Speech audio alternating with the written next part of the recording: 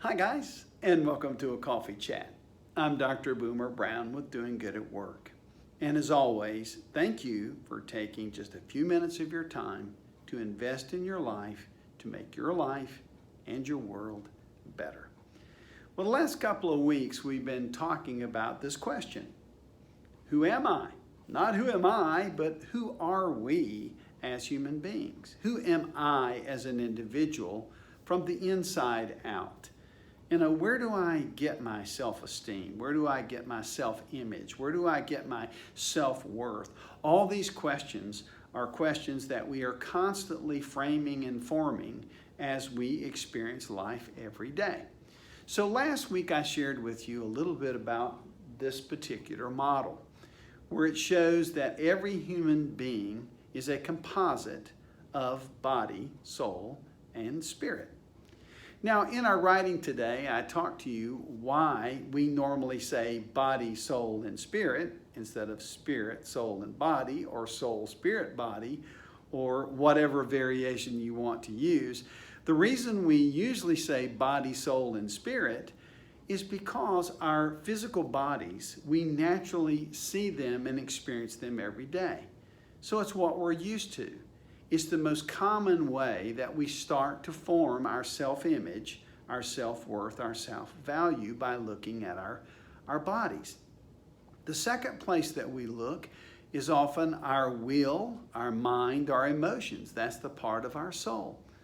And there are lots of things that we can understand about ourselves, the way we think, the way we process thoughts, the way we receive data from the outside world, bring it inside, compare it to our mental state, our mental consciousness, your subconscious brain. There's lots of things that we can do to understand how I get my self-worth and how I get my self-value and my self-image from my soul.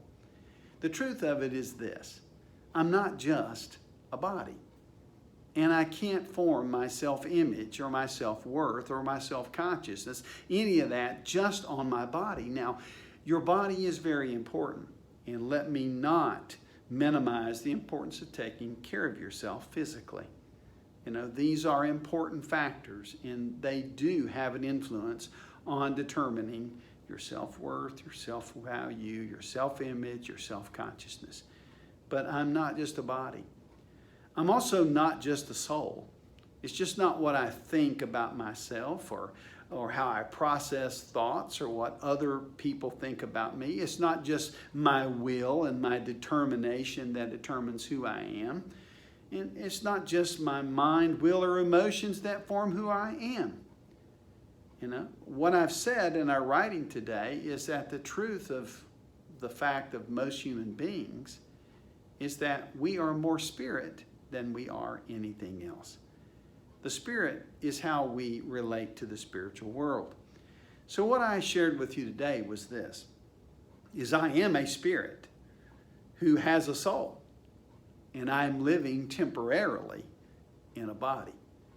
So what I'm going to do next week is talk a little bit more about how we can use the spiritual realm, spiritual understandings, to affect our soul in a positive way so that we can form a healthy self-image, self-worth, self-consciousness, self-awareness, all these terms. I need to understand myself as a spirit first, so it is truly best to say I am a spirit, soul, and a body.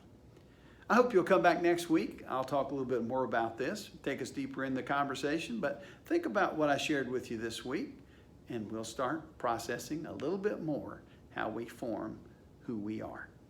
Thanks for joining me this week on A Coffee Chat, and as always, I look forward to seeing you next week on A Coffee Chat.